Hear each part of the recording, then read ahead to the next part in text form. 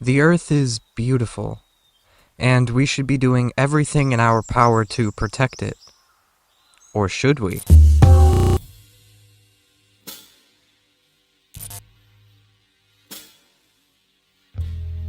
I'm going to preface this video with a massive caveat. The ideas I'm about to put forth, while logically sound, are probably insane, and should be used as a last resort. But it may be the case that we will end up needing a last resort option. I think the best way to lay the groundwork for this idea is to look at our past behavior when it comes to droughts, poor crop yields, or resource depletion.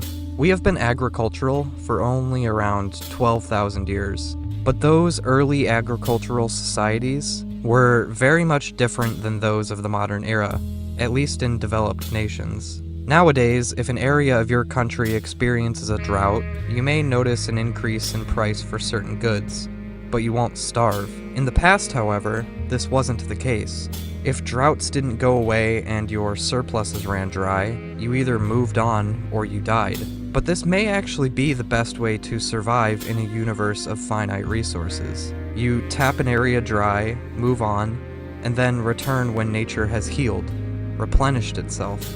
Or not. There are an estimated 300 million habitable planets in our galaxy alone. We could just keep moving.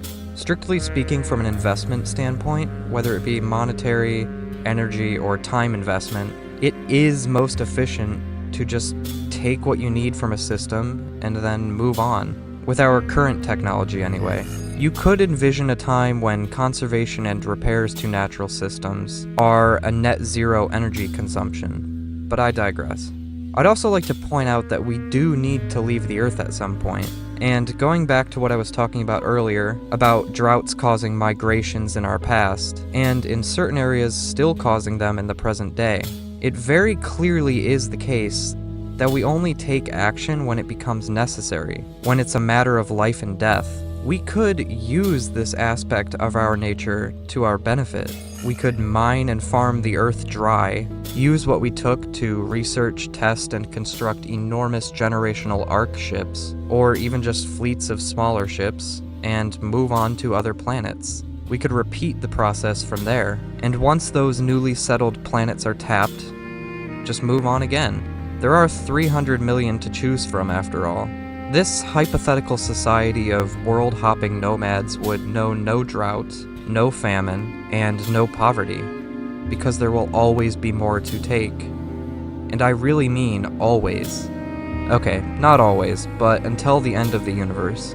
We depend on the natural world to survive, for food, clean water, and clean air.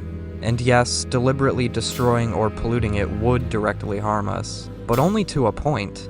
If we could find the point of no return for each world's ecosystems, and then push them just short of crossing that line with our energy and material consumption, then back off, move on, and let them heal themselves, we'd never have to focus massive amounts of energy and resources on conservation. It's estimated that if humanity went extinct tomorrow, it would only take between 10 and 100,000 years for the Earth to recover to a state similar to how it was before the Industrial Revolution. 100,000 years is nothing. It's a blip on the cosmic timeline. Again, we could push to that line, move on 300 million times, and constantly be coming back to freshly restored worlds to tap dry again.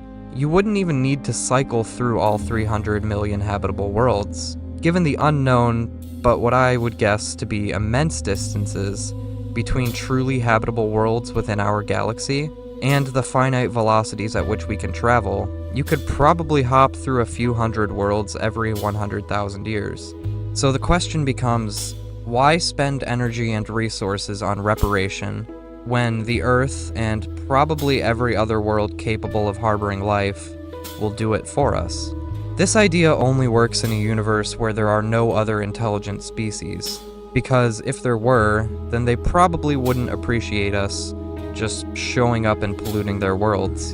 unless we just kill them. Which brings me to my final point. Yes, we try to preserve and conserve the Earth as much as possible because it directly benefits us, but there's also the guilt of sending 150 species into extinction every single day, and the responsibility of fixing our mistakes. If we want to go down this world-hopping route, we'd have to be okay with continuing to be the dominant species. We generally harm as a byproduct, not as malicious direct action. It is possible to be better shepherds, however, and with our level of intelligence, we are the only species capable of doing so. But we have to realize that there's only so much we can do, unless we want to return to a time before the comforts and life-saving properties of modern technology. I mean, hell, solar panels fry birds out of the sky. As gods, there are two paths ahead of us. We can either take, shape, use, and abuse, or we can grow, borrow, return, and protect. And I can't believe I'm saying this, but both have their merits. But I'd easily go with the second option. Use and abuse is easy, a shortcut, but an immoral one. There are probably ways to both conserve nature and utilize it to its full potential for our gain that we haven't even conceived of yet. Who knows what the future holds? Be kind to each other, and I'll see you soon.